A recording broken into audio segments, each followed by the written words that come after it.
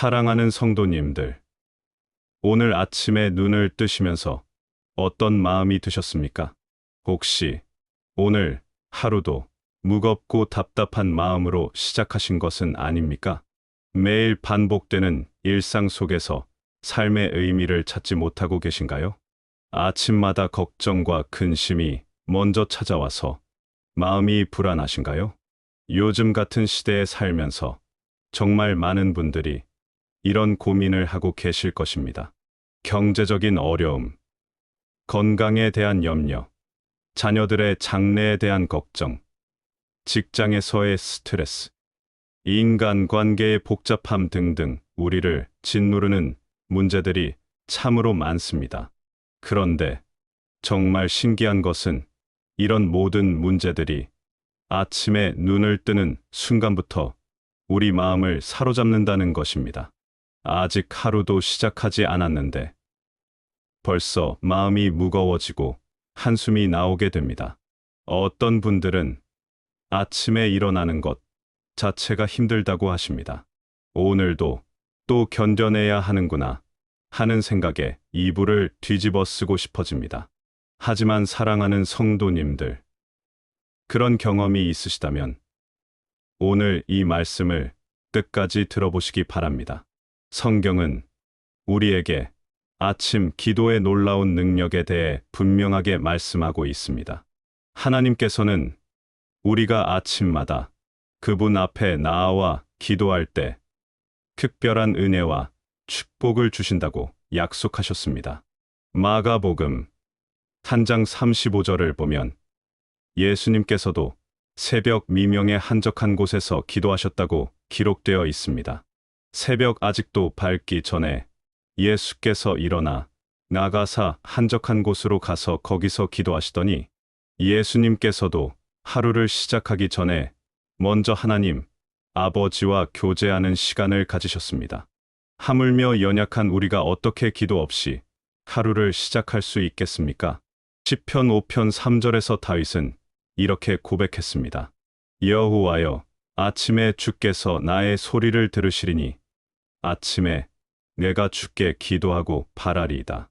다윗은 아침마다 하나님께 기도하는 것을 자신의 습관으로 삼았습니다. 그리고 하나님께서 자신의 기도를 들어주실 것을 확신했습니다. 오늘 우리는 아침에 눈 뜨자마자 반드시 해야 할 7가지 기도에 대해 함께 살펴보겠습니다.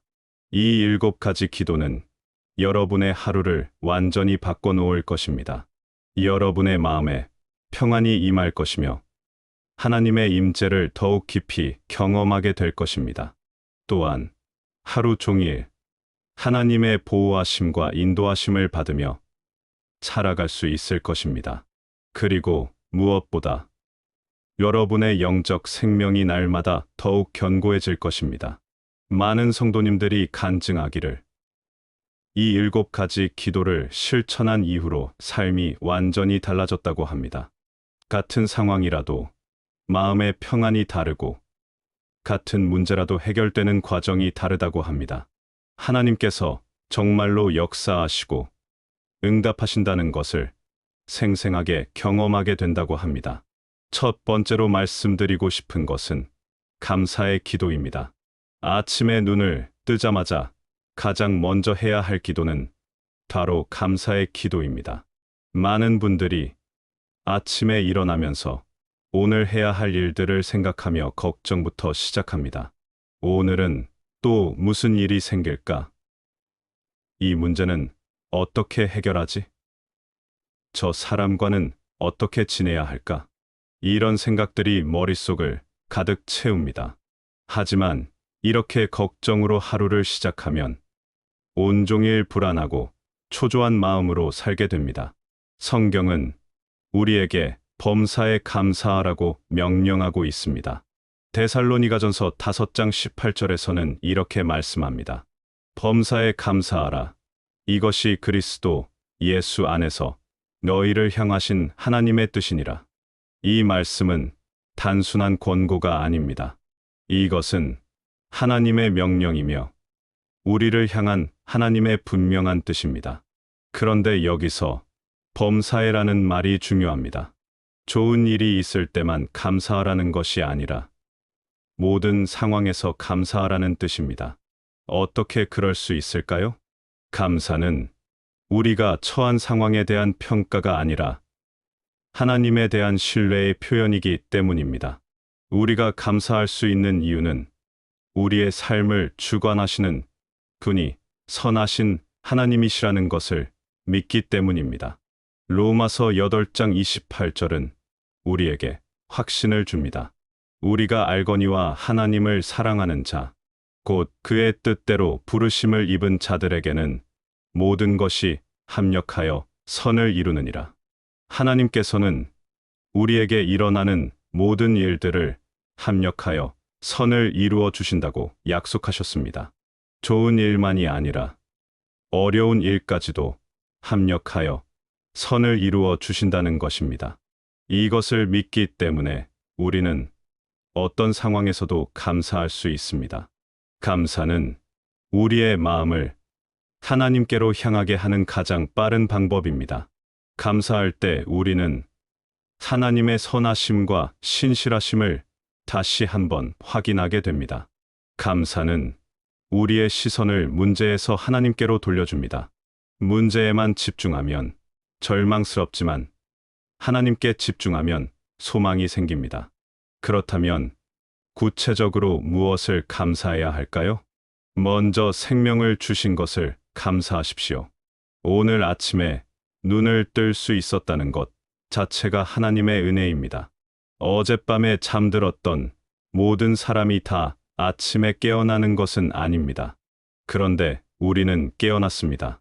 이것이 당연한 일이 아닙니다. 숨을 쉴 수 있는 것을 감사하십시오. 우리가 의식하지 못하는 사이에도 폐가 계속 움직이며 산소를 공급해 주고 있습니다. 심장이 쉬지 않고 뛰며 온몸에 피를 공급해 주고 있습니다. 이 모든 것이 하나님의 은혜입니다. 건강을 감사하십시오. 완벽한 건강이 아니라도 지금 가지고 있는 건강을 감사하십시오. 걸을 수 있고, 보고, 들을 수 있고, 말할 수 있다면 그것만으로도 충분히 감사할 제목입니다. 많은 사람들이 이런 기본적인 것들조차 누리지 못하고 있습니다. 가족을 감사하십시오. 비록 때로는 갈등이 있고 어려움이 있을지라도 함께할 가족이 있다는 것은 큰 축복입니다. 혼자 사시는 분들도 있겠지만 그런 분들도 과거에 함께했던 가족들이나 지금 관심을 가져주는 사람들을 생각하며 감사할 수 있습니다. 일자리를 감사하십시오. 비록 힘들고 스트레스가 많은 직장이라도 일할 수 있는 곳이 있다는 것을 감사하십시오. 요즘 같은 경제 상황에서 직장을 구하기가 얼마나 어려운지 모두 아실 것입니다. 그런데 일할 곳이 있다는 것은 정말 감사한 일입니다. 음식을 감사하십시오. 오늘 아침에 먹을 것이 있다는 것을 감사하십시오. 세계에는 굶주림으로 고통받는 사람들이 수억 명이나 됩니다. 그런데 우리에게는 먹을 것이 있습니다. 이것도 하나님의 은혜입니다. 잠잘 곳을 감사하십시오. 비바람을 피할 수 있는 집이 있다는 것을 감사하십시오. 크고 화려한 집이 아니라도 따뜻하게 잠들 수 있는 곳이 있다는 것은 큰 축복입니다. 노숙자들의 어려움을 생각해 보십시오. 구원을 감사하십시오. 무엇보다 예수 그리스도를 통해 구원받은 것을 감사하십시오. 우리의 죄가 용서받았고 하나님의 자녀가 되었고 천국 백성이 되었습니다. 이것은 돈으로도 살 수 없고 노력으로도 얻을 수 없는 하나님의 선물입니다. 이렇게 감사할 제목들을 하나하나 세어가며 하나님께 감사의 기도를 드리십시오. 하나님 아버지, 오늘도 저를 깨워주셔서 감사합니다. 어젯밤 평안히 잠들게 하시고 오늘 새로운 하루를 허락해 주셔서 감사합니다. 생명을 주시고 건강을 주시고 가족을 주셔서 감사합니다. 일할 곳을 주시고 먹을 것을 주시고 잠잘 곳을 주셔서 감사합니다. 무엇보다 예수님을 통해 구원해 주셔서 감사합니다. 이렇게 감사의 기도로 하루를 시작할 때 여러분의 마음에는 하나님의 평안이 임합니다. 감사는 우리를 부정적인 생각에서 벗어나게 하고 하나님의 선하심에 초점을 맞추게 합니다. 감사는 우리의 마음을 밝게 하고 희망을 가져다 줍니다. 감사하는 사람은 같은 상황이라도 긍정적으로 바라보게 됩니다. 감사하는 사람에게는 하나님께서 더 많은 축복을 주십니다. 누가복음 17장에 나오는 10명의 나병 환자 이야기를 기억하십시오. 10명이 다 치유를 받았지만 감사하러 돌아온 사람은 한 명뿐이었습니다. 예수님께서는 그 한 사람에게 내 믿음이 너를 구원하였느니라 고 말씀하시며 더 큰 축복을 주셨습니다. 감사는 더 큰 축복을 받는 통로입니다. 두 번째로 말씀드리고 싶은 것은 회개의 기도입니다. 아침마다 우리는 지난 밤과 어제 하루 동안 지었을지도 모르는 죄에 대해 하나님께 회개하는 기도를 드려야 합니다. 혹시 어제 누군가에게 상처를 주지는 않았는지, 하나님의 마음을 아프게 하지는 않았는지 돌아보아야 합니다. 많은 사람들이 회개라고 하면 큰 죄를 지었을 때만 하는 것으로 생각합니다. 하지만 성경은 우리가 매일 회개해야 한다고 가르치고 있습니다. 주기도문에서도 우리 죄를 사하여 주옵시고라고 매일 기도하라고 하셨습니다. 이것은 우리가 매일 죄를 짓기 때문입니다. 우리는 완전한 사람이 아닙니다. 아무리 신앙생활을 오래 했어도, 아무리 성숙한 성도라도 여전히 연약함이 있고 실수를 합니다. 때로는 말로 실수하고, 때로는 행동으로 실수하고, 때로는 생각으로 실수합니다. 때로는 해야 할 일을 하지 않는 죄를 짓기도 하고, 때로는 하지 말아야 할 일을 하는 죄를 짓기도 합니다. 요한일서 1장 8절은 이렇게 말씀합니다. 만일 우리가 죄가 없다 하면 스스로 속이고 또 진리가 우리 속에 있지 아니할 것이요. 우리가 죄가 없다고 생각한다면 그것은 자기를 속이는 것이라고 했습니다. 우리는 모두 죄인입니다. 하지만 절망할 필요는 없습니다. 요한일서 1장 9절은 우리에게 소중한 약속을 주고 있습니다. 만일 우리가 우리 죄를 자백하면 그는 미쁘시고 의로우사 우리 죄를 사하시며 우리를 모든 불의에서 깨끗하게 하실 것이요. 하나님께서는 우리가 진실한 마음으로 죄를 자백할 때 반드시 용서해 주신다고 약속하셨습니다. 이것은 조건부 약속이 아닙니다. 하나님의 신실하심에 근거한 확실한 약속입니다. 그런데 여기서 중요한 것은 자백하면이라는 조건입니다. 자백한다는 것은 단순히 실수했다고 인정하는 것이 아니라 하나님 앞에서 잘못을 인정하고 용서를 구하는 것입니다. 진실한 회개에는 몇 가지 요소가 있습니다. 첫째는 죄를 인정하는 것입니다. 변명하거나 합리화하지 않고 솔직하게 잘못을 인정해야 합니다. 저는 어제 이런 일로 실수했습니다. 이것은 제 잘못입니다. 둘째는 죄에 대해 슬퍼하는 것입니다. 죄가 하나님을 슬프게 하고 다른 사람에게 상처를 준다는 것을 깨닫고 마음 아파해야 합니다. 시편 51편 17절에서 다윗은 하나님께서 구하시는 제 사는 상한 심령이라 하나님이여 상하고 통회하는 마음을 주께서 멸시하지 아니하시리이다 라고 고백했습니다. 셋째는 용서를 구하는 것입니다. 하나님의 자비하심을 의지하여 용서해 달라고 간구해야 합니다. 하나님 아버지, 저의 이런 죄를 용서해 주시옵소서. 넷째는 돌이키겠다고 다짐하는 것입니다. 같은 실수를 반복하지 않겠다고 결심하고 하나님의 도우심을 구해야 합니다. 앞으로는 이런 실수를 하지 않도록 도와주시옵소서. 회개는 우리를 하나님과의 올바른 관계로 회복시켜 줍니다. 죄는 우리와 하나님 사이를 가로막는 벽과 같습니다. 이사야 59장 2절은 오직 너희 죄악이 너희와 너희 하나님 사이를 갈라놓았고 너희 죄가 그의 얼굴을 가려서 너희에게서 듣지 않으시게 함이니라 고 말씀합니다. 죄는 하나님과의 교제를 막습니다. 기도가 막히고 말씀이 은혜되지 않고 하나님의 음성을 듣기 어려워집니다. 하지만 회개를 통해 그 벽이 허물어지고 하나님과의 교제가 회복됩니다. 기도가 다시 뚫리고 말씀이 은혜되고 하나님의 임재를 다시 경험하게 됩니다. 아침마다 깨끗한 마음으로 하나님 앞에 서는 것이 얼마나 중요한지 아십니까? 죄를 그대로 두고 하루를 시작한다면 우리의 기도가 막히고 하나님의 음성을 듣기 어려워집니다. 양심의 가책을 느끼며 하루 종일 불편한 마음으로 살게 됩니다. 하지만 회개를 통해 깨끗해진 마음으로 하루를 시작한다면 하나님의 임재를 더욱 선명하게 경험할 수 있습니다. 마음이 평안하고 기쁘며 하나님과 친밀한 교제를 나눌 수 있습니다. 구체적으로 어떻게 회개 기도를 드릴까요? 먼저 조용한 마음으로 어제 하루를 돌아보십시오. 아침에 일어나서부터 밤에 잠들기까지 어떤 일들이 있었는지 차근차근 생각해 보십시오.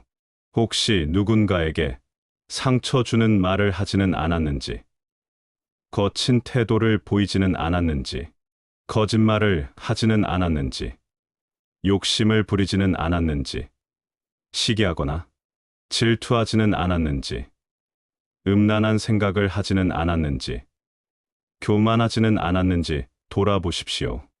또한 해야 할 일을 하지 않은 것은 없는지도 돌아보십시오. 기도해야 했는데 하지 않았거나, 도와줘야 했는데 도와주지 않았거나, 전도해야 했는데 하지 않았거나, 11조를 드려야 했는데 드리지 않았거나 하는 일들은 없는지 살펴보십시오. 그리고 생각나는 죄들을 하나하나 하나님께 고백하십시오. 하나님 아버지, 어제 제가 아내에게 화를 내며 상처 주는 말을 했습니다. 용서해 주시옵소서. 하나님 아버지, 어제 직장에서 거짓말을 했습니다. 용서해 주시옵소서. 하나님 아버지, 어제 기도하지 않고 잠들었습니다. 용서해 주시옵소서. 이렇게 구체적으로 죄를 고백하고 용서를 구하십시오. 그리고 같은 실수를 반복하지 않도록 도와달라고 기도하십시오. 하나님 아버지, 앞으로는 화를 내지 않고 사랑으로 대화할 수 있도록 도와주시옵소서. 하나님 아버지, 앞으로는 진실한 사람이 될 수 있도록 도와주시옵소서. 하나님 아버지, 매일 기도하는 사람이 될 수 있도록 도와주시옵소서. 이렇게 회개 기도를 드릴 때 하나님께서는 우리를 용서하시고 깨끗하게 하십니다. 시편 103편 12절은 동이 서에서 먼 것 같이 우리의 죄과를 우리에게서 멀리 옮기셨으며 라고 말씀합니다. 하나님께서는 우리의 죄를 완전히 제거해 주십니다. 더 이상 그 죄로 인해 정죄당하지 않습니다. 회개는 부담이 아니라 은혜의 통로입니다. 하나님의 용서하심을 경험하며 새로운 하루를 시작할 수 있게 됩니다. 매일 아침 회개의 기도를 드리는 사람은 점점 더 거룩한 사람이 되어갑니다. 죄에 대해 민감해지고 하나님의 뜻대로 살려고 노력하게 됩니다. 세 번째로 말씀드리고 싶은 것은 말씀에 대한 기도입니다. 하나님의 말씀은 우리 영혼의 양식이며 하루를 살아가는 지혜와 능력의 원천입니다. 아침마다 우리는 하나님께서 그날 필요한 말씀을 주시도록 기도해야 합니다. 예레미야 15장 16절에서 선지자는 만군의 하나님 여호와여 나는 주의 이름으로 일컬음을 받는 자라. 얘가 주의 말씀을 얻어 먹었사오니 주의 말씀은 내게 기쁨과 마음의 즐거움이 되었나이다 라고 고백했습니다. 하나님의 말씀을 먹었다고 표현했습니다. 말씀이 영혼의 양식이라는 뜻입니다. 우리 몸이 음식을 먹어야 살 수 있는 것처럼 우리 영혼도 하나님의 말씀을 먹어야 살 수 있습니다. 신명기 8장 3절에서 모세는 사람이 떡으로만 사는 것이 아니요 여호와의 입에서 나오는 모든 말씀으로 사는 줄을 너로 알게 하려 하심이니라 라고 말씀했습니다. 예수님께서도 마태복음 4장 4절에서 이 말씀을 인용하시며 말씀의 중요성을 강조하셨습니다. 시편 119편 105절에서 다윗은 이렇게 고백했습니다. 주의 말씀은 내 발의 등이요 내 길의 빛이니이다. 하나님의 말씀이 우리의 발걸음을 인도하는 등불이 되고 우리가 걸어갈 길을 밝혀주는 빛이 된다는 뜻입니다. 어둠 속에서 길을 찾으려면 빛이 필요한 것처럼 우리도 인생길을 걸어갈 때 하나님 말씀의 빛이 필요합니다.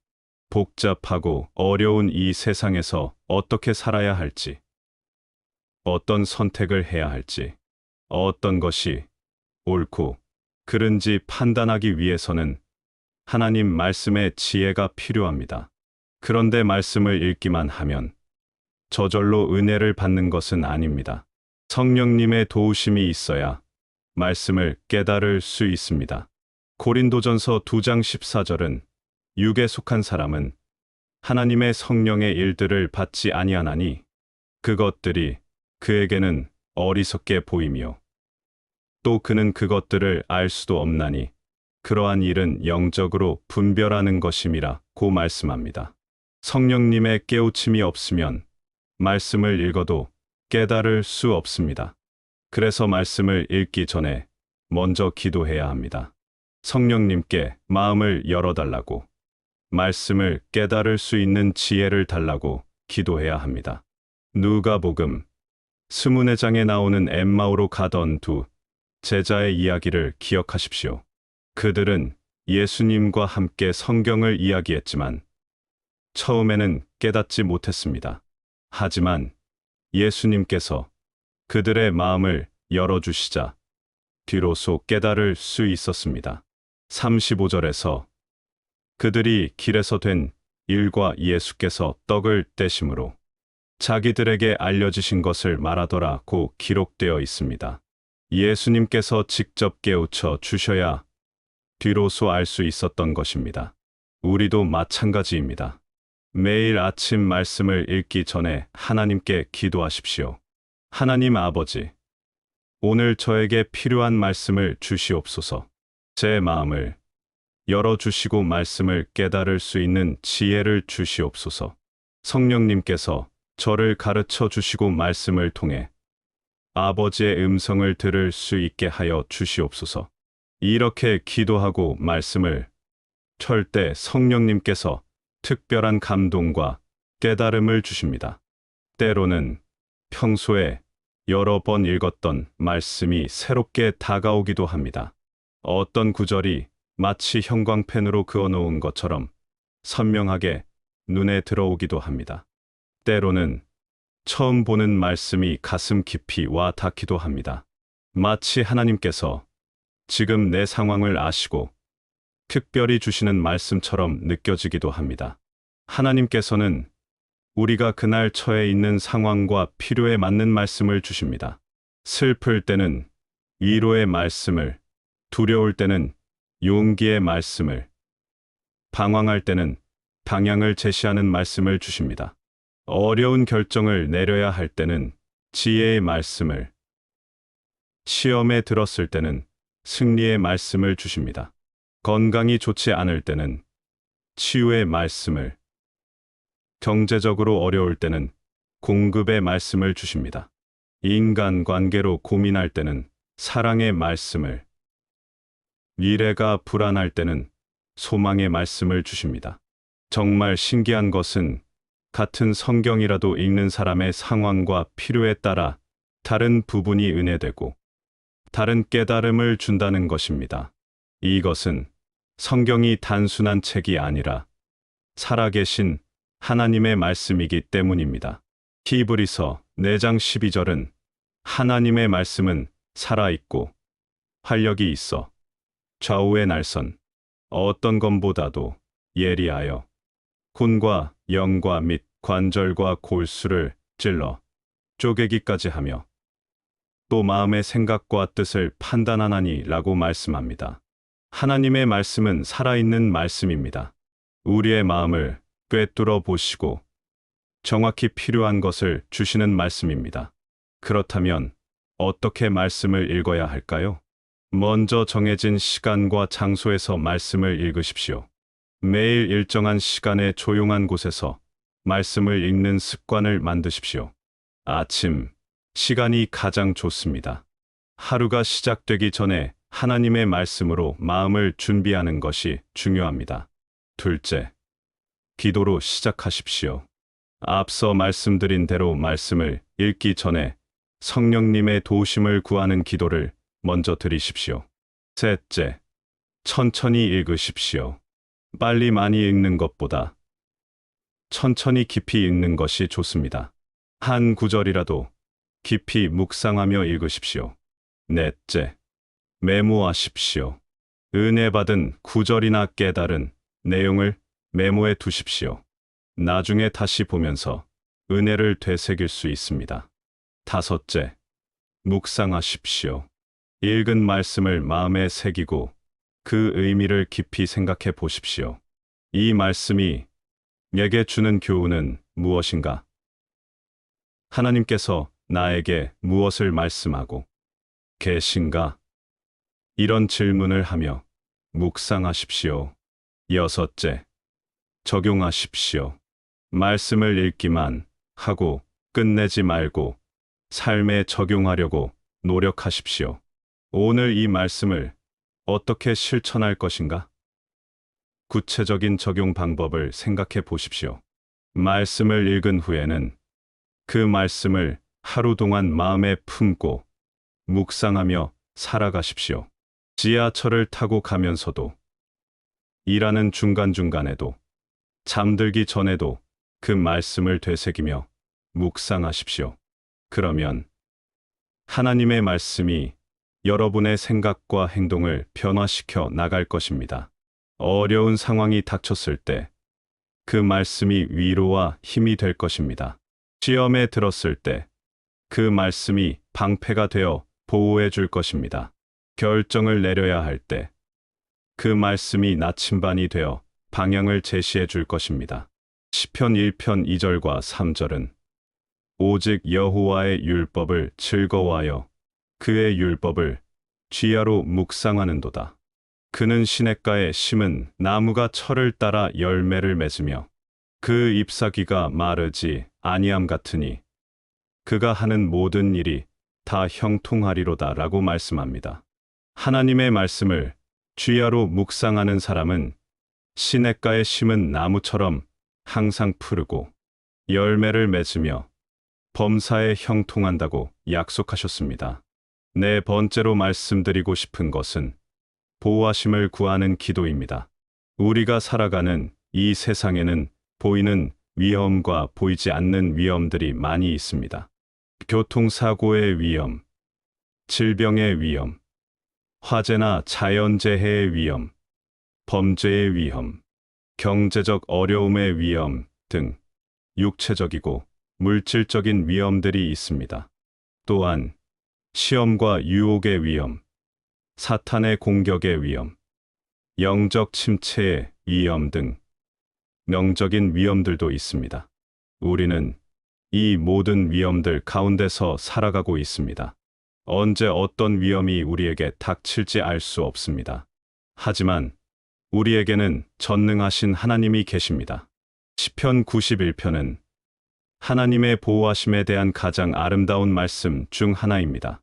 1절부터 2절에서 지존자의 은밀한 곳에 거주하며 전능하신 이의 그늘 아래에 사는 자여, 나는 여호와를 향하여 말하기를 그는 나의 피난처요 나의 요새요 내가 의뢰하는 하나님이라 하리니 라고 시작합니다. 하나님께서 우리의 피난처가 되시고 요새가 되신다는 말씀입니다. 3절부터 8절은 하나님께서 어떻게 보호해 주시는지 구체적으로 설명합니다. 이는 그가 너를 새 사냥꾼의 올무에서와 심한 전염병에서 건지실 것임이라. 그가 너를 그의 깃으로 덮으시리니 내가 그의 날개 아래에 피하리로다. 그의 진실함은 방패와 손방패가 되나니 너는 밤에 찾아오는 공포와 낮에 날아드는 화살과 어둠 속에서 퍼지는 전염병과 밝은 대낮에 닥쳐오는 재앙을 두려워하지 아니하리로다. 1000명이 내 왼쪽에서 10,000명이 내 오른쪽에서 엎드러지나 이 재앙이 내게 가까이 하지 못하리로다. 오직 너는 목도할 뿐이요 악인들의 보응을 보리로다. 얼마나 확실한 보호의 약속입니까? 올무에서도 전염병에서도 공포에서도 화살에서도 재앙에서도 보호해 주신다고 약속하셨습니다. 9절부터 16절은 더욱 구체적인 약속들입니다. 내가 여호와를 너의 피난처로 삼으며 지존자를 너의 거처로 삼았으므로 화가 내게 미치지 아니하며 재앙이 내 장막에 가까이 오지 아니하리니 그가 너를 위하여 그의 천사들을 명령하사 내 모든 길에서 너를 지키게 하실 것임이라. 그들이 그들의 손으로 너를 붙들어 발이 돌에 부딪히지 아니하게 하리로다. 얘가 사자와 독사를 밟으며 젊은 사자와 뱀을 발로 누르리로다. 그가 나를 사랑한즉 내가 그를 건지리라. 그가 내 이름을 안즉 내가 그를 높이리라. 그가 내게 간구하리니 내가 그에게 응답하리라. 그들이 환난 당할 때에 내가 그와 함께하여 그를 건지고 영화롭게 하리라. 내가 그를 장수하게 함으로 그를 만족하게 하며 나의 구원을 그에게 보이리라. 하나님께서 친히 천사들을 보내어 우리를 지켜주신다는 약속입니다. 화가 미치지 않게 하시고 재앙이 가까이 오지 않게 하시고 발이 돌에 부딪히지 않게 하신다는 약속입니다. 환난 당할 때 함께하여 건져주시고 장수하게 하시고 구원을 보여주신다는 약속입니다. 이것은 상상 속의 이야기가 아니라 성경이 보장하는 확실한 약속입니다. 물론 이 약속에는 조건이 있습니다. 내가 여호와를 너의 피난처로 삼으며 지존자를 너의 거처로 삼았으므로 라고 했습니다. 하나님을 피난처로 삼고 거처로 삼는 사람, 즉 하나님을 의지하고 신뢰하는 사람에게 주시는 약속입니다. 또한 그가 나를 사랑한즉 그가 내 이름을 안즉이라고 했습니다. 하나님을 사랑하고 하나님을 아는 사람에게 주시는 약속입니다. 우리가 하나님을 사랑하고 의지할 때 하나님께서는 우리를 보호해 주십니다.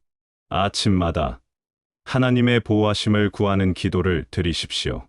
하나님 아버지, 오늘 하루 저와 제 가족을 보호해 주시옵소서. 모든 위험으로부터 지켜주시고 평안히 하루를 보낼 수 있게 하여 주시옵소서. 교통사고로부터 지켜주시고 질병으로부터 지켜주시고 각종 사고와 재해로부터 지켜주시옵소서. 나쁜 사람들로부터 보호해 주시고 범죄로부터 보호해 주시옵소서. 이런 기도를 드릴 때 하나님께서는 정말로 우리를 지켜주십니다. 많은 성도님들이 간증하기를 아침에 보호 기도를 드린 날에 위험한 상황을 모면하게 되었다고 합니다. 교통사고를 당할 뻔했지만 신기하게 피하게 되었다거나 위험한 상황에서 누군가의 도움을 받게 되었다거나 병에 걸릴 뻔했지만 건강을 지킬 수 있었다거나 하는 경험들을 하게 됩니다. 어떤 분은 아침에 보호 기도를 깜빡 잊었던 날에 작은 사고를 당했다고 하면서 그 후로는 절대로 보호 기도를 빼먹지 않는다고 간증하기도 했습니다. 이것은 우연이 아닙니다. 하나님께서 우리의 기도를 들으시고 보호하신 결과입니다. 또한 영적인 보호도 구해야 합니다. 베드로전서 5장 8절은 근신하라 깨어라. 너희 대적 마귀가 우는 사자 같이 두루 다니며 삼킬 자를 찾나니라고 경고합니다. 사탄은 우리를 넘어뜨리려고 끊임없이 노리고 있습니다. 시험과 유혹을 통해 우리를 하나님에게서 멀어지게 하려고 합니다. 교만하게 만들어 넘어뜨리려 하고, 의심하게 만들어 믿음을 흔들려 하고, 세상 것들을 사랑하게 만들어 하나님을 잊게 하려고 합니다. 때로는 질병으로, 때로는 경제적 어려움으로, 때로는 인간관계의 갈등으로 우리를 공격합니다. 하지만 우리가 하나님의 보호를 구할 때 하나님께서는 모든 영적 공격으로부터도 우리를 지켜주십니다. 에베소서 6장 11절에서 바울은 마귀의 간계를 능히 대적하기 위하여 하나님의 전신갑주를 입으라고 권면했습니다. 하나님의 전신갑주를 입는 것은 기도를 통해서입니다.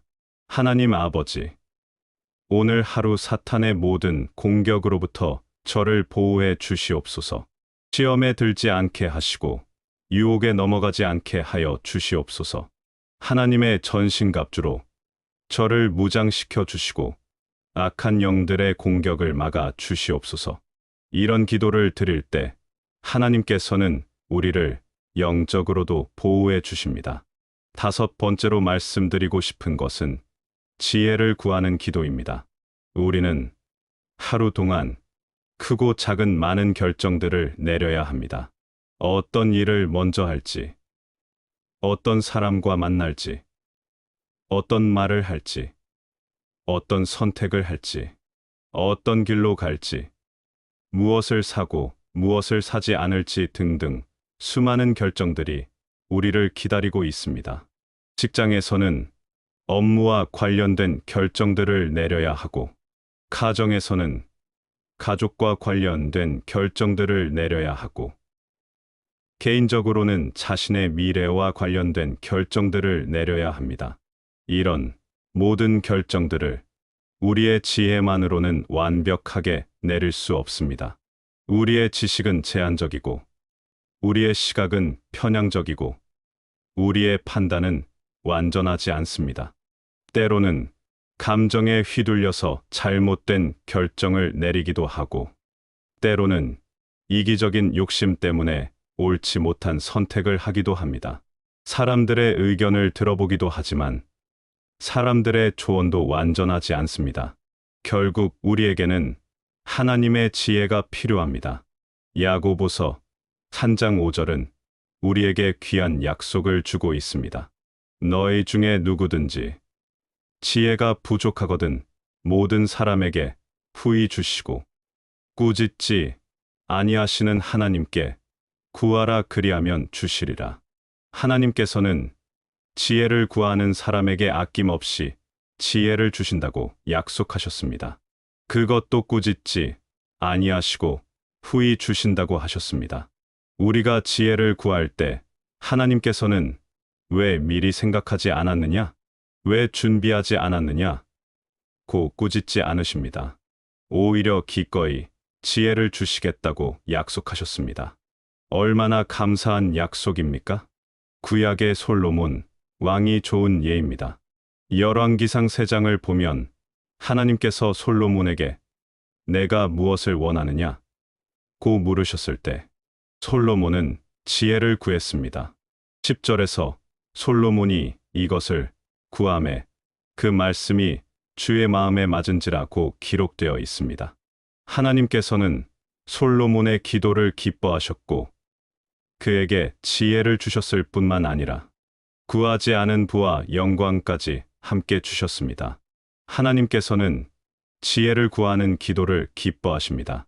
그렇다면 어떤 것이 하나님의 지혜일까요? 첫째, 하나님의 지혜는 하나님의 말씀에 기초합니다. 성경의 원리와 가르침에 따라 판단하고 결정하는 것이 하나님의 지혜입니다. 둘째, 하나님의 지혜는 사랑에 기초합니다.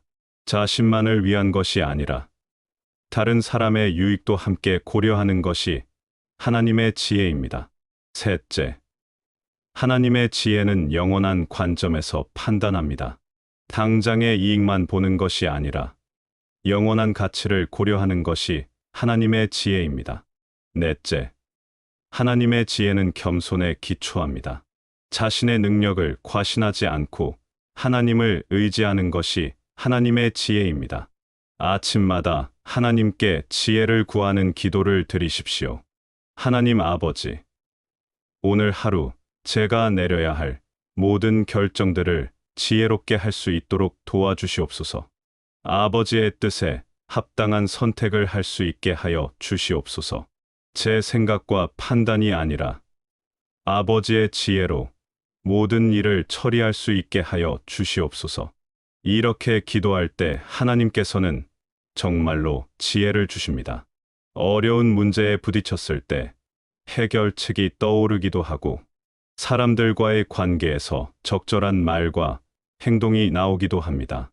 중요한 선택의 기로에 섰을 때 어떤 것이 옳은 길인지 마음에 확신이 생기기도 합니다. 사업을 하시는 분들은 중요한 결정을 내릴 때 하나님의 지혜를 경험하게 됩니다. 어떤 사업을 할지, 어떤 투자를 할지, 어떤 직원을 뽑을지, 어떤 계약을 체결할지 등등 중요한 결정들을 내릴 때 하나님께서 지혜를 주십니다. 학생들은 공부할 때나 시험을 볼 때 하나님의 지혜를 경험하게 됩니다. 어떻게 공부해야 효율적일지, 어떤 과목에 더 집중해야 할지, 어떤 대학을 가야 할지, 어떤 전공을 선택해야 할지 등등 중요한 결정들을 내릴 때 하나님께서 지혜를 주십니다. 주부들은 집안일을 하거나 자녀를 양육할 때 하나님의 지혜를 경험하게 됩니다. 어떻게 가정을 꾸려갈지, 어떻게 자녀를 교육할지, 어떻게 가정 경제를 관리할지, 어떻게 시댁이나 친정과 관계를 유지할지 등등 중요한 일들을 처리할 때 하나님께서 지혜를 주십니다. 직장인들은 업무를 처리하거나 동료들과 관계를 맺을 때 하나님의 지혜를 경험하게 됩니다. 어떻게 일을 효율적으로 처리할지, 어떻게 상사나 부하 직원들과 좋은 관계를 유지할지, 어떻게 승진이나 이직을 준비할지 등등 중요한 일들을 처리할 때 하나님께서 지혜를 주십니다. 하나님의 지혜는 세상의 지혜와는 다릅니다. 고린도전서 3장 25절은 하나님의 어리석음이 사람보다 지혜롭고 하나님의 약하심이 사람보다 강하니라고 말씀합니다. 세상의 지혜는 종종 이기적이고 단기적입니다. 자신의 이익만 추구하고 당장의 성공만 추구합니다. 때로는 다른 사람을 속이거나 해를 끼치는 것도 지혜라고 생각합니다. 하지만 하나님의 지혜는 사랑에 기초하고 있으며 영원한 관점에서 가장 좋은 것을 선택하게 합니다. 당장은 손해를 보는 것 같아도 결국에는 더 큰 유익을 가져다 줍니다. 하나님의 지혜를 구하고 받는 사람은 실수를 적게 하고 더 나은 결과를 얻게 됩니다. 잠언 9장 10절은 여호와를 경외하는 것이 지혜의 근본이요 거룩하신 이를 아는 것이 명철이니라고 말씀합니다. 하나님을 경외하는 것이 모든 지혜의 시작입니다. 하나님을 인정하고 의지하는 사람에게 참된 지혜가 주어집니다. 여섯 번째로 말씀드리고 싶은 것은 능력을 구하는 기도입니다. 우리는 하루 동안 해야 할 일들이 참으로 많습니다. 직장에서의 업무, 가정에서의 역할, 교회에서의 봉사, 그리고 개인적인 일들까지 처리해야 할 것들이 산더미처럼 쌓여 있습니다. 때로는 이 모든 것들이 너무 버겁게 느껴질 때가 있습니다. 특히 몸이 피곤하거나 마음이 지쳤을 때는 더욱 그렇습니다. 우리의 힘만으로는 도저히 감당할 수 없을 것 같은 일들이 앞에 놓여 있을 때가 있습니다. 직장에서는 까다로운 프로젝트를 완성해야 하고, 어려운 고객들을 상대해야 하고 복잡한 문제들을 해결해야 합니다. 가정에서는 자녀들을 돌보고 교육해야 하고 집안일을 처리해야 하고 경제적인 부담도 감당해야 합니다. 교회에서는 각종 봉사와 섬김의 일들이 기다리고 있고 개인적으로는 자기 개발과 건강 관리 등 신경 써야 할 일들이 끝없이 많습니다. 이런 상황에서 우리는 종종 나는 할 수 없어, 너무 힘들어, 포기하고 싶어라는 생각을 하게 됩니다. 하지만 우리에게는 전능하신 하나님이 계십니다. 빌립보서 4장 13절에서 바울은 이렇게 고백했습니다. 내게 능력 주시는 자 안에서 내가 모든 것을 할 수 있느니라. 바울은 자신의 능력으로는 할 수 없는 일들을 하나님의 능력으로 해낼 수 있다고 확신했습니다. 바울이 이런 고백을 할 수 있었던 것은 실제로 하나님의 능력을 경험했기 때문입니다. 그는 수많은 어려움과 고난 속에서도 포기하지 않고 복음을 전할 수 있었습니다. 감옥에 갇혀서도, 매를 맞아서도, 배고프고 춥고 헐벗어도 하나님의 일을 계속할 수 있었습니다. 이것은 그의 의지력이나 체력으로 된 것이 아니라 하나님께서 주시는 능력으로 된 것이었습니다. 이것은 바울만의 특권이 아닙니다. 하나님을 믿는 모든 성도님들에게 주어진 특권입니다. 이사야 40장 29절부터 31절은 우리에게 놀라운 약속을 주고 있습니다. 피곤한 자에게는 능력을 주시며 무능한 자에게는 힘을 더하시나니 소년이라도 피곤하며 곤비하며 장정이라도 넘어지며 자빠지되 오직 여호와를 앙망하는 자는 새 힘을 얻으리니 독수리가 날개치며 올라감 같을 것이요 다른 박질하여도 곤비하지 아니하겠고 걸어가도 피곤하지 아니하리로다. 하나님께서는 피곤한 자에게 능력을 주시고 무능한 자에게 힘을 더해 주신다고 약속하셨습니다. 아무리 젊고 건강한 사람이라도 자신의 힘만으로는 한계가 있습니다. 하지만 하나님을 의지하고 앙망하는 사람은 새 힘을 얻게 됩니다. 독수리가 날개치며 올라가는 것 같이 힘차게 일어날 수 있고 달려도 곤비하지 않고 걸어가도 피곤하지 않게 됩니다. 이것은 비유적인 표현이지만 실제로 하나님의 능력을 경험하는 사람들은 이런 놀라운 체험을 하게 됩니다. 고린도후서 12장 9절에서 하나님께서는 바울에게 내 은혜가 내게 족하도다.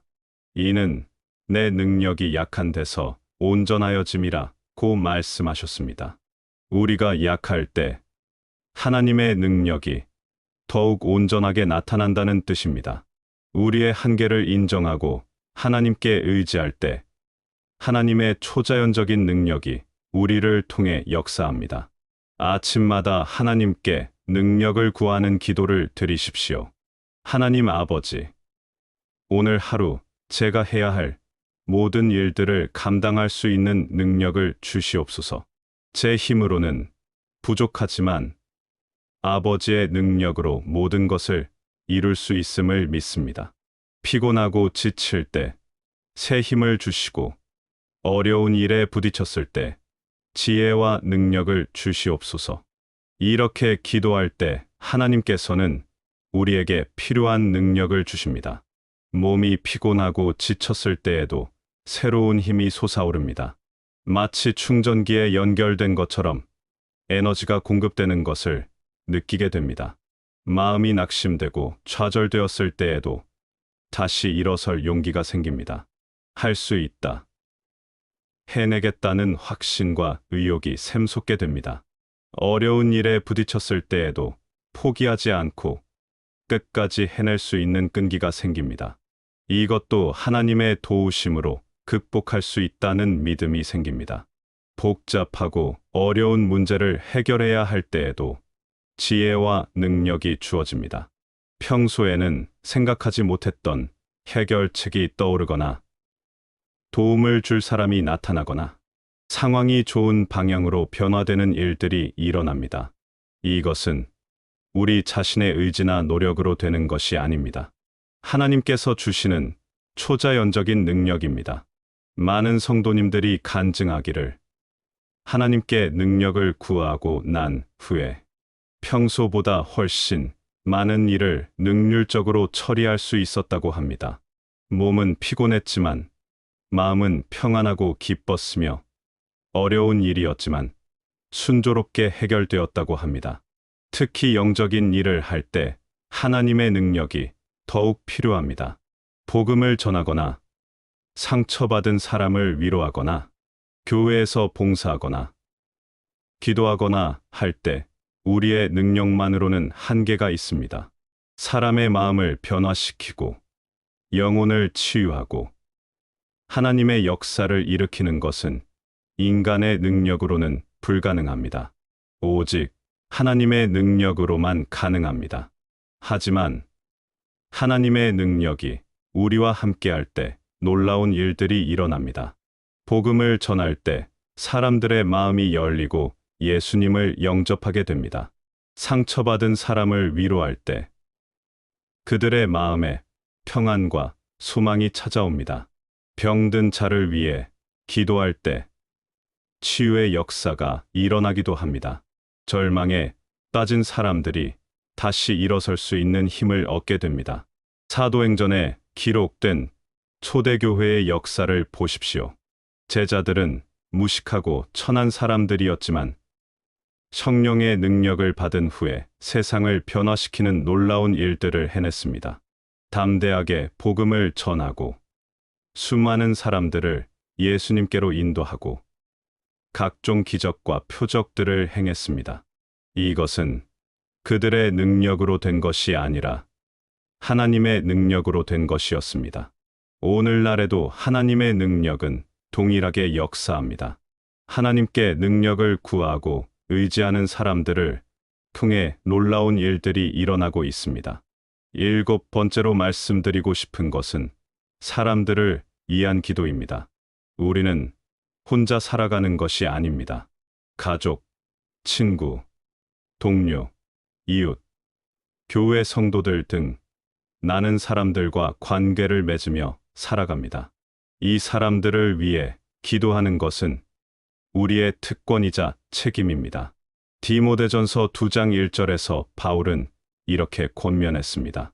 그러므로 내가 첫째로 권하는 것은 모든 사람을 위하여 간구와 기도와 도고와 감사를 하되 모든 사람을 위해 기도하라고 하셨습니다.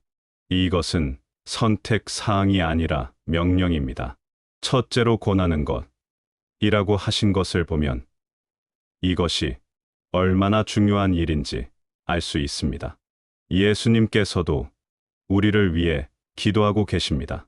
히브리서 7장 25절은 그러므로 자기를 힘입어 하나님께 나아가는 자들을 온전히 구원하실 수 있으니 이는 그가 항상 살아 계셔서 그들을 위하여 간구하심이라고 말씀합니다. 예수님께서 지금도 하늘에서 우리를 위해 중보기도하고 계십니다.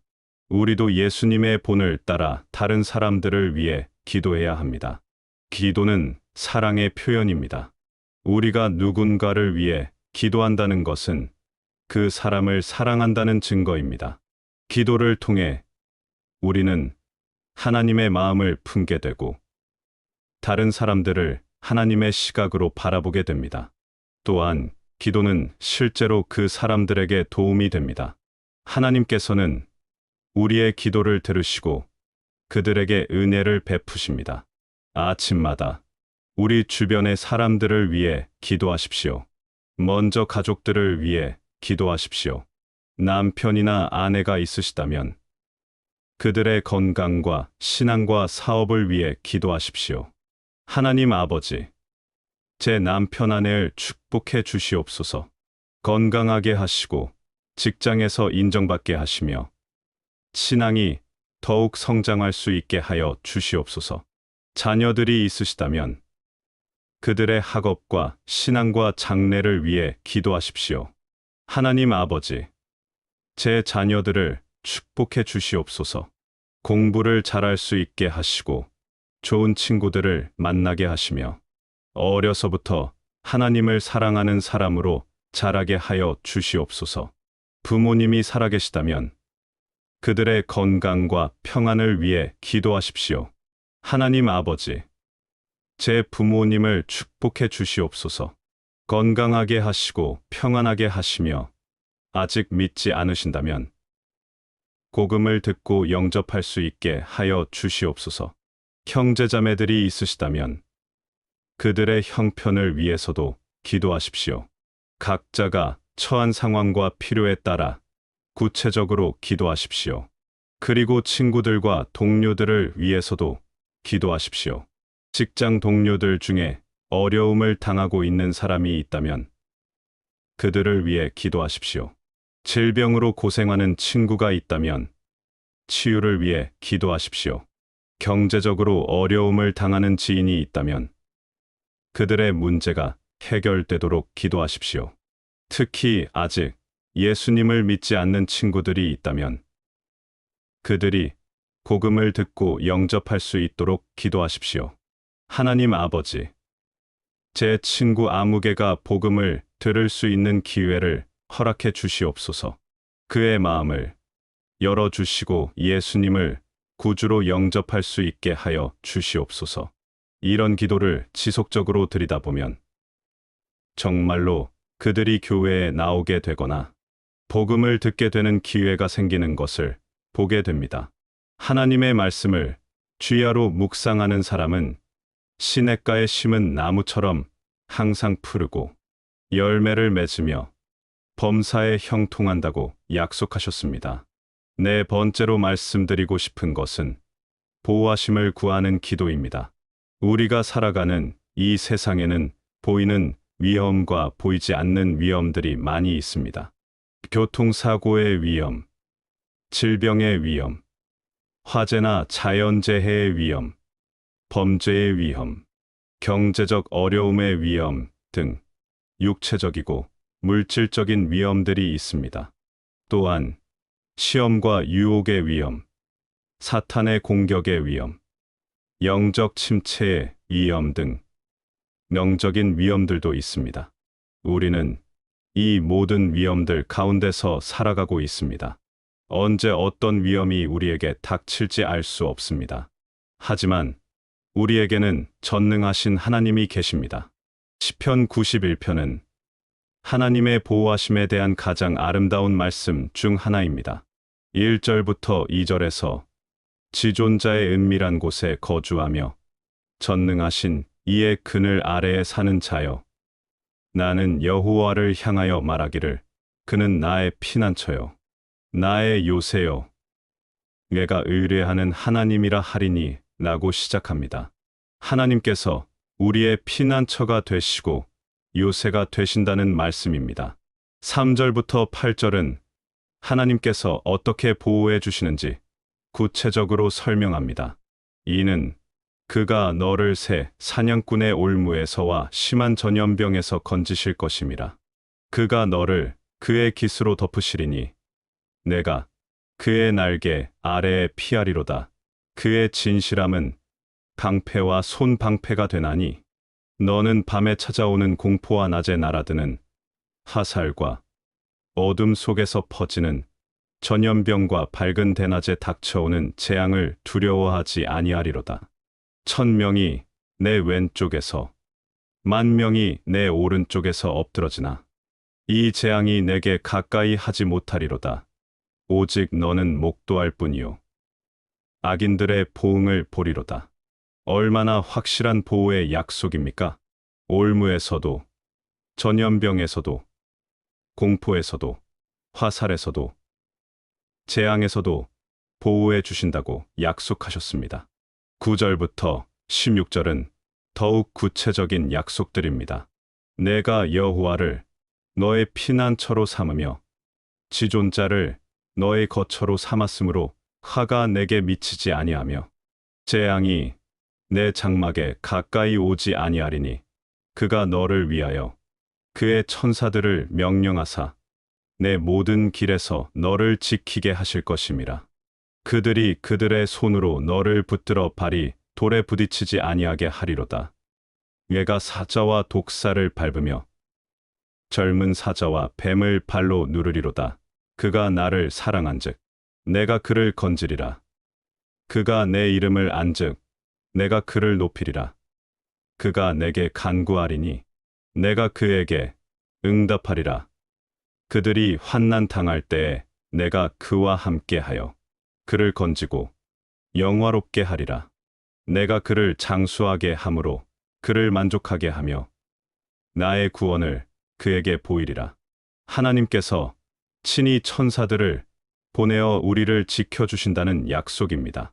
화가 미치지 않게 하시고 재앙이 가까이 오지 않게 하시고 발이 돌에 부딪히지 않게 하신다는 약속입니다. 환난 당할 때 함께하여 건져주시고 장수하게 하시고 구원을 보여주신다는 약속입니다. 이것은 상상 속의 이야기가 아니라 성경이 보장하는 확실한 약속입니다. 물론 이 약속에는 조건이 있습니다. 내가 여호와를 너의 피난처로 삼으며 지존자를 너의 거처로 삼았으므로 라고 했습니다. 하나님을 피난처로 삼고 거처로 삼는 사람, 즉 하나님을 의지하고 신뢰하는 사람에게 주시는 약속입니다. 또한 그가 나를 사랑한즉 그가 내 이름을 안즉이라고 했습니다. 하나님을 사랑하고 하나님을 아는 사람에게 주시는 약속입니다. 우리가 하나님을 사랑하고 의지할 때 하나님께서는 우리를 보호해 주십니다. 아침마다 하나님의 보호하심을 구하는 기도를 드리십시오. 하나님 아버지, 오늘 하루 저와 제 가족을 보호해 주시옵소서. 모든 위험으로부터 지켜주시고 평안히 하루를 보낼 수 있게 하여 주시옵소서. 교통사고로부터 지켜주시고 질병으로부터 지켜주시고 각종 사고와 재해로부터 지켜주시옵소서. 나쁜 사람들로부터 보호해 주시고 범죄로부터 보호해 주시옵소서. 이런 기도를 드릴 때 하나님께서는 정말로 우리를 지켜주십니다. 많은 성도님들이 간증하기를 아침에 보호 기도를 드린 날에 위험한 상황을 모면하게 되었다고 합니다.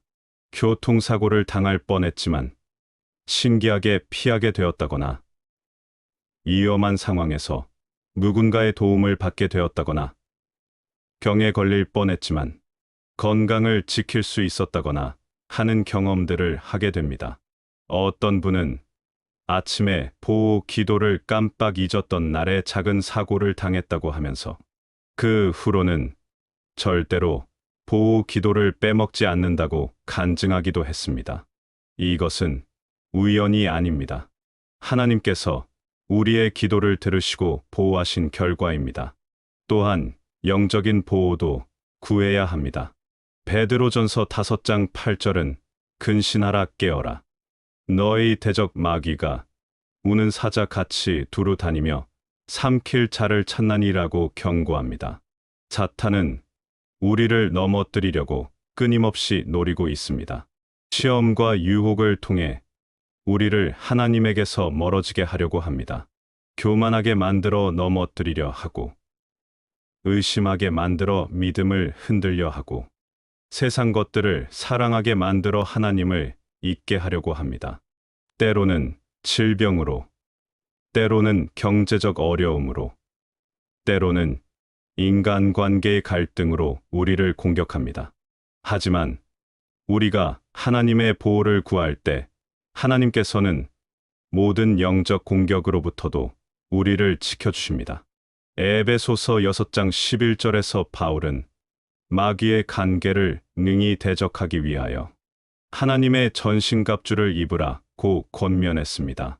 하나님의 전신갑주를 입는 것은 기도를 통해서입니다. 하나님 아버지, 오늘 하루 사탄의 모든 공격으로부터 저를 보호해 주시옵소서. 시험에 들지 않게 하시고 유혹에 넘어가지 않게 하여 주시옵소서.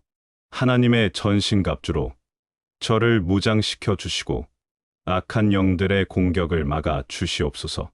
이런 기도를 드릴 때 하나님께서는 우리를 영적으로도 보호해 주십니다. 다섯 번째로 말씀드리고 싶은 것은 지혜를 구하는 기도입니다. 우리는 하루 동안 크고 작은 많은 결정들을 내려야 합니다. 어떤 일을 먼저 할지, 어떤 사람과 만날지, 어떤 말을 할지, 어떤 선택을 할지, 어떤 길로 갈지, 무엇을 사고 무엇을 사지 않을지 등등 수많은 결정들이 우리를 기다리고 있습니다. 직장에서는 업무와 관련된 결정들을 내려야 하고, 가정에서는 가족과 관련된 결정들을 내려야 하고, 개인적으로는 자신의 미래와 관련된 결정들을 내려야 합니다. 이런 모든 결정들을 우리의 지혜만으로는 완벽하게 내릴 수 없습니다. 우리의 지식은 제한적이고, 우리의 시각은 편향적이고, 우리의 판단은 완전하지 않습니다. 때로는 감정에 휘둘려서 잘못된 결정을 내리기도 하고, 때로는 이기적인 욕심 때문에 옳지 못한 선택을 하기도 합니다. 사람들의 의견을 들어보기도 하지만 사람들의 조언도 완전하지 않습니다. 결국 우리에게는 하나님의 지혜가 필요합니다. 야고보서 3장 5절은 우리에게 귀한 약속을 주고 있습니다. 너희 중에 누구든지 지혜가 부족하거든 모든 사람에게 후히 주시고 꾸짖지 아니하시는 하나님께 구하라 그리하면 주시리라. 하나님께서는 지혜를 구하는 사람에게 아낌없이 지혜를 주신다고 약속하셨습니다. 그것도 꾸짖지 아니하시고 후히 주신다고 하셨습니다. 우리가 지혜를 구할 때 하나님께서는 왜 미리 생각하지 않았느냐? 왜 준비하지 않았느냐? 고 꾸짖지 않으십니다. 오히려 기꺼이 지혜를 주시겠다고 약속하셨습니다.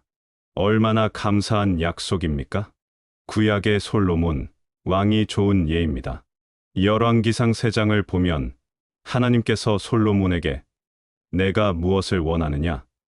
고 물으셨을 때 솔로몬은 지혜를 구했습니다.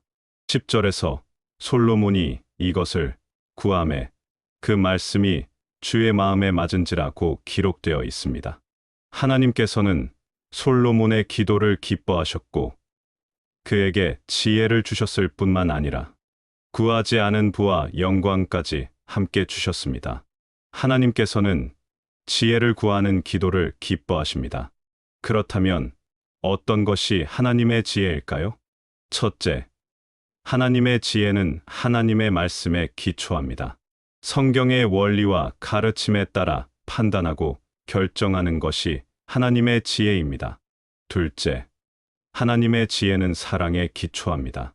자신만을 위한 것이 아니라 다른 사람의 유익도 함께 고려하는 것이 하나님의 지혜입니다. 셋째, 하나님의 지혜는 영원한 관점에서 판단합니다. 당장의 이익만 보는 것이 아니라 영원한 가치를 고려하는 것이 하나님의 지혜입니다. 넷째, 하나님의 지혜는 겸손에 기초합니다. 자신의 능력을 과신하지 않고 하나님을 의지하는 것이 하나님의 지혜입니다. 아침마다 하나님께 지혜를 구하는 기도를 드리십시오. 하나님 아버지, 오늘 하루 제가 내려야 할 모든 결정들을 지혜롭게 할 수 있도록 도와주시옵소서. 아버지의 뜻에 합당한 선택을 할 수 있게 하여 주시옵소서. 제 생각과 판단이 아니라 아버지의 지혜로 모든 일을 처리할 수 있게 하여 주시옵소서. 이렇게 기도할 때 하나님께서는 정말로 지혜를 주십니다. 어려운 문제에 부딪혔을 때 해결책이 떠오르기도 하고 사람들과의 관계에서 적절한 말과 행동이 나오기도 합니다. 중요한 선택의 기로에 섰을 때 어떤 것이 옳은 길인지 마음에 확신이 생기기도 합니다. 사업을 하시는 분들은 중요한 결정을 내릴 때 하나님의 지혜를 경험하게 됩니다. 어떤 사업을 할지, 어떤 투자를 할지, 어떤 직원을 뽑을지, 어떤 계약을 체결할지 등등 중요한 결정들을 내릴 때 하나님께서 지혜를 주십니다. 학생들은 공부할 때나 시험을 볼 때 하나님의 지혜를 경험하게 됩니다. 어떻게 공부해야 효율적일지, 어떤 과목에 더 집중해야 할지, 어떤 대학을 가야 할지, 어떤 전공을 선택해야 할지 등등 중요한 결정들을 내릴 때 하나님께서 지혜를 주십니다. 주부들은 집안일을 하거나 자녀를 양육할 때 하나님의 지혜를 경험하게 됩니다. 어떻게 가정을 꾸려갈지, 어떻게 자녀를 교육할지, 어떻게 가정 경제를 관리할지, 어떻게 시댁이나 친정과 관계를 유지할지 등등 중요한 일들을 처리할 때 하나님께서 지혜를 주십니다.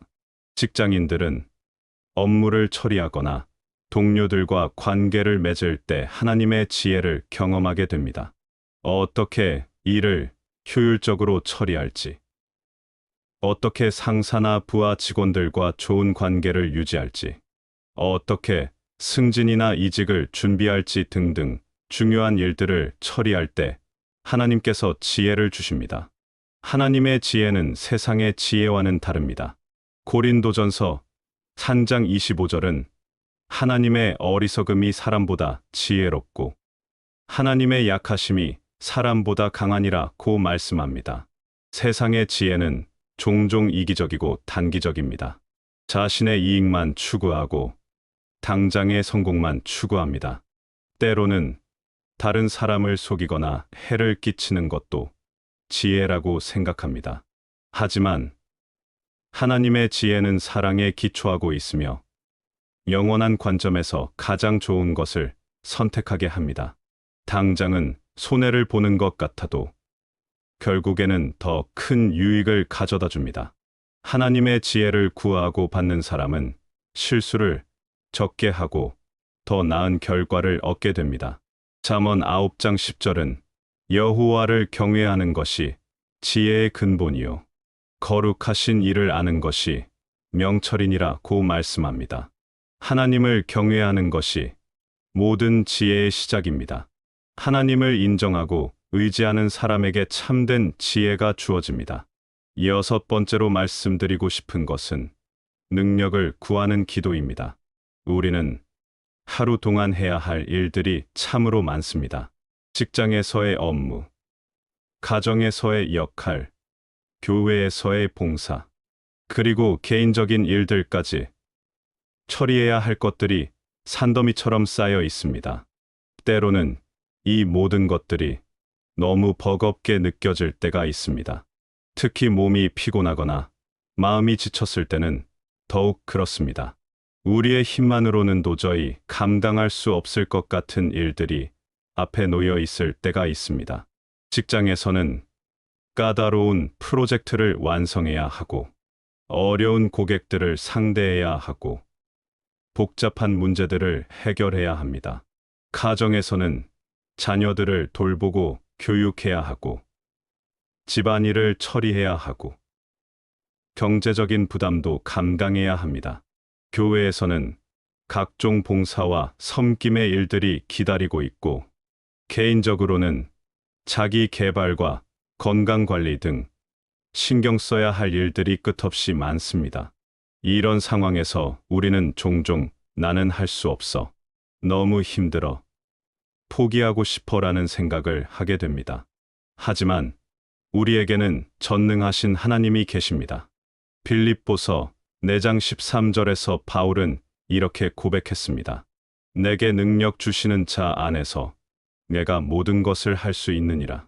바울은 자신의 능력으로는 할 수 없는 일들을 하나님의 능력으로 해낼 수 있다고 확신했습니다. 바울이 이런 고백을 할 수 있었던 것은 실제로 하나님의 능력을 경험했기 때문입니다. 그는 수많은 어려움과 고난 속에서도 포기하지 않고 복음을 전할 수 있었습니다. 감옥에 갇혀서도, 매를 맞아서도, 배고프고 춥고 헐벗어도 하나님의 일을 계속할 수 있었습니다. 이것은 그의 의지력이나 체력으로 된 것이 아니라 하나님께서 주시는 능력으로 된 것이었습니다. 이것은 바울만의 특권이 아닙니다. 하나님을 믿는 모든 성도님들에게 주어진 특권입니다. 이사야 40장 29절부터 31절은 우리에게 놀라운 약속을 주고 있습니다. 피곤한 자에게는 능력을 주시며 무능한 자에게는 힘을 더하시나니 소년이라도 피곤하며 곤비하며 장정이라도 넘어지며 자빠지되 오직 여호와를 앙망하는 자는 새 힘을 얻으리니 독수리가 날개치며 올라감 같을 것이요 다른 박질하여도 곤비하지 아니하겠고 걸어가도 피곤하지 아니하리로다. 하나님께서는 피곤한 자에게 능력을 주시고 무능한 자에게 힘을 더해 주신다고 약속하셨습니다.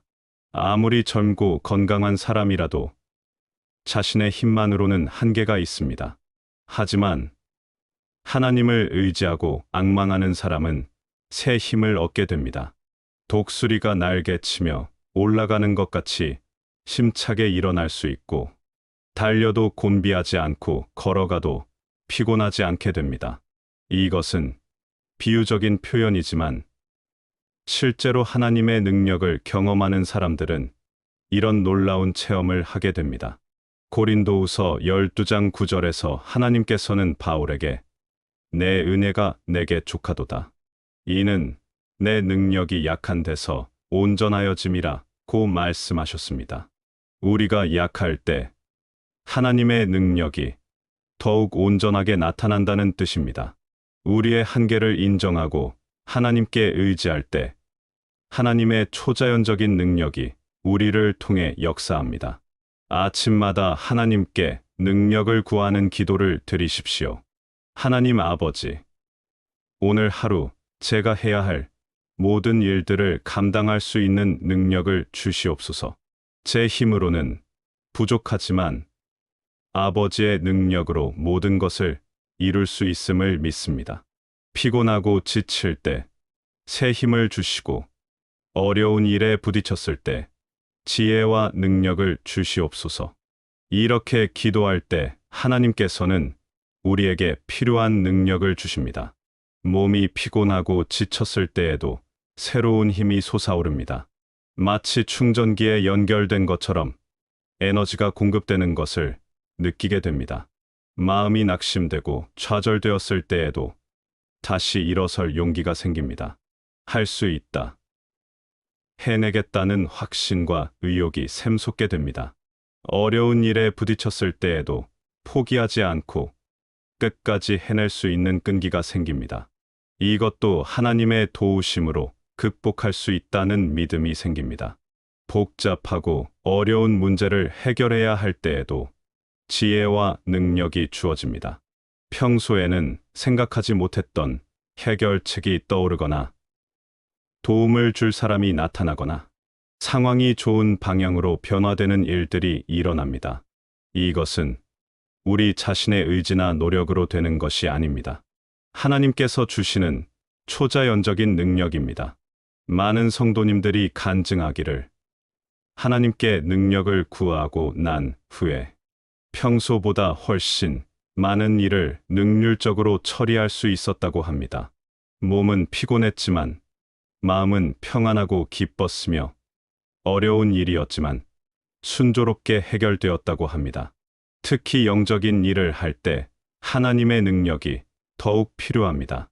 복음을 전하거나 상처받은 사람을 위로하거나 교회에서 봉사하거나 기도하거나 할 때 우리의 능력만으로는 한계가 있습니다. 사람의 마음을 변화시키고 영혼을 치유하고 하나님의 역사를 일으키는 것은 인간의 능력으로는 불가능합니다. 오직 하나님의 능력으로만 가능합니다. 하지만 하나님의 능력이 우리와 함께할 때 놀라운 일들이 일어납니다. 복음을 전할 때 사람들의 마음이 열리고 예수님을 영접하게 됩니다. 상처받은 사람을 위로할 때 그들의 마음에 평안과 소망이 찾아옵니다. 병든 자를 위해 기도할 때 치유의 역사가 일어나기도 합니다. 절망에 빠진 사람들이 다시 일어설 수 있는 힘을 얻게 됩니다. 사도행전에 기록된 초대교회의 역사를 보십시오. 제자들은 무식하고 천한 사람들이었지만 성령의 능력을 받은 후에 세상을 변화시키는 놀라운 일들을 해냈습니다. 담대하게 복음을 전하고 수많은 사람들을 예수님께로 인도하고 각종 기적과 표적들을 행했습니다. 이것은 그들의 능력으로 된 것이 아니라 하나님의 능력으로 된 것이었습니다. 오늘날에도 하나님의 능력은 동일하게 역사합니다. 하나님께 능력을 구하고 의지하는 사람들을 통해 놀라운 일들이 일어나고 있습니다.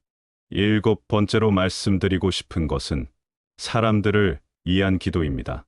우리는 혼자 살아가는 것이 아닙니다. 가족, 친구, 동료, 이웃, 교회 성도들 등 많은 사람들과 관계를 맺으며 살아갑니다. 이 사람들을 위해 기도하는 것은 우리의 특권이자 책임입니다. 디모데전서 2장 1절에서 바울은 이렇게 권면했습니다. 그러므로 내가 첫째로 권하는 것은 모든 사람을 위하여 간구와 기도와 도고와 감사를 하되 모든 사람을 위해 기도하라고 하셨습니다. 이것은 선택 사항이 아니라 명령입니다. 첫째로 권하는 것이라고 하신 것을 보면 이것이 얼마나 중요한 일인지 알 수 있습니다. 예수님께서도 우리를 위해 기도하고 계십니다. 히브리서 7장 25절은 그러므로 자기를 힘입어 하나님께 나아가는 자들을 온전히 구원하실 수 있으니 이는 그가 항상 살아 계셔서 그들을 위하여 간구하심이라고 말씀합니다. 예수님께서 지금도 하늘에서 우리를 위해 중보기도하고 계십니다. 우리도 예수님의 본을 따라 다른 사람들을 위해 기도해야 합니다. 기도는 사랑의 표현입니다. 우리가 누군가를 위해 기도한다는 것은 그 사람을 사랑한다는 증거입니다. 기도를 통해 우리는 하나님의 마음을 품게 되고 다른 사람들을 하나님의 시각으로 바라보게 됩니다. 또한 기도는 실제로 그 사람들에게 도움이 됩니다. 하나님께서는 우리의 기도를 들으시고 그들에게 은혜를 베푸십니다. 아침마다 우리 주변의 사람들을 위해 기도하십시오. 먼저 가족들을 위해 기도하십시오. 남편이나 아내가 있으시다면 그들의 건강과 신앙과 사업을 위해 기도하십시오. 하나님 아버지, 제 남편 아내를 축복해 주시옵소서. 건강하게 하시고 직장에서 인정받게 하시며 신앙이 더욱 성장할 수 있게 하여 주시옵소서. 자녀들이 있으시다면 그들의 학업과 신앙과 장래를 위해 기도하십시오. 하나님 아버지, 제 자녀들을 축복해 주시옵소서. 공부를 잘할 수 있게 하시고 좋은 친구들을 만나게 하시며 어려서부터 하나님을 사랑하는 사람으로 자라게 하여 주시옵소서. 부모님이 살아계시다면 그들의 건강과 평안을 위해 기도하십시오. 하나님 아버지, 제 부모님을 축복해 주시옵소서. 건강하게 하시고 평안하게 하시며 아직 믿지 않으신다면 복음을 듣고 영접할 수 있게 하여 주시옵소서. 형제자매들이 있으시다면 그들의 형편을 위해서도 기도하십시오.